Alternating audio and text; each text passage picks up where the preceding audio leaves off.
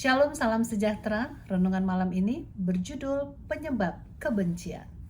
Tetapi ketika hamba itu keluar, ia bertemu dengan seorang hamba yang berhutang 100 dinar kepadanya. Ia menangkap dan mencekik kawannya itu dan katanya, "Bayar hutangmu." Matius 18 ayat 28. Dalam mempelajari buku Roma, kita tidak dapat terlepas dari Matius 18 ayat 21 sampai dengan 35. Kita ingat kisahnya. Seorang yang berhutang jutaan dolar memohonkan belas kasihan kepada orang yang ia berhutang. Sungguh senang ia diampuni. Namun saat bertemu dengan kawannya yang berhutang hanya beberapa dolar, ia menangkap dan mencekik kawannya, bahkan memasukkannya ke dalam penjara. Bagaimana seseorang yang telah mendapatkan belas kasihan, pengampunan dan kasih karunia hingga hutang jutaan dolar dibebaskan, namun tetap menuntut seorang yang hutang beberapa dolar untuk membayar dan memasukkannya ke dalam penjara? Bagaimana ini bisa terjadi?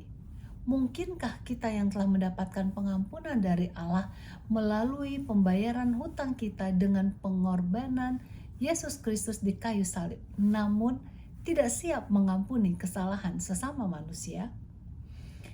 Apakah penyebab seseorang tetap memiliki kebencian kepada sesama manusia? Tidak lain karena ia melihat kesalahan sesama manusia saja, akan tetapi melupakan kasih karunia Allah Bapa. Ia bukan saja tidak bersyukur atas kasih karunia-Nya, tetapi juga tidak lagi berpikir secara rasional bagaimanakah seseorang dapat membayar hutangnya sementara ia berada dalam penjara. Kalau seseorang itu tidak punya uang saat berada di luar penjara, bagaimana pula ia dapat memiliki uang selagi berada dalam penjara? Bagaimana seseorang yang diampuni namun tidak rela mengampuni sesama manusia? Bagaimana seseorang yang dibebaskan tidak cepat untuk membebaskan orang lain? Sebagian dari jawabnya terdapat dalam kata-kata Yesus yang tertulis dalam Lukas 7 ayat 47 yang mengatakan, "Tetapi orang yang sedikit diampuni, sedikit juga dia berbuat kasih." Nampaknya seseorang yang tidak bersedia mengampuni itu belum benar-benar merasakan pengampunan besar yang Allah telah berikan kepadanya. Seseorang yang perlu mempunyai iman kepada kasih karunia Allah yang besar sehingga dapat merasakan pengampunan luar biasa yang akan mengakibatkan ia siap untuk mengampuni orang lain.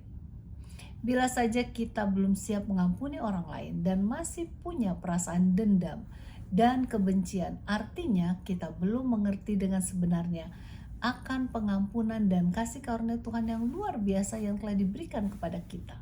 Bila kita mengerti dan percaya dengan penuh iman akan karunia Allah itu, maka sudah pasti mengampuni kesalahan orang lain adalah suatu sukacita.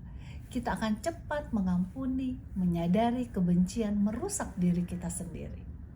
Marilah kita senantiasa renungkan hal ini agar dapat menikmati kebahagiaan dalam kehidupan ini. Kiranya Tuhan memberkati.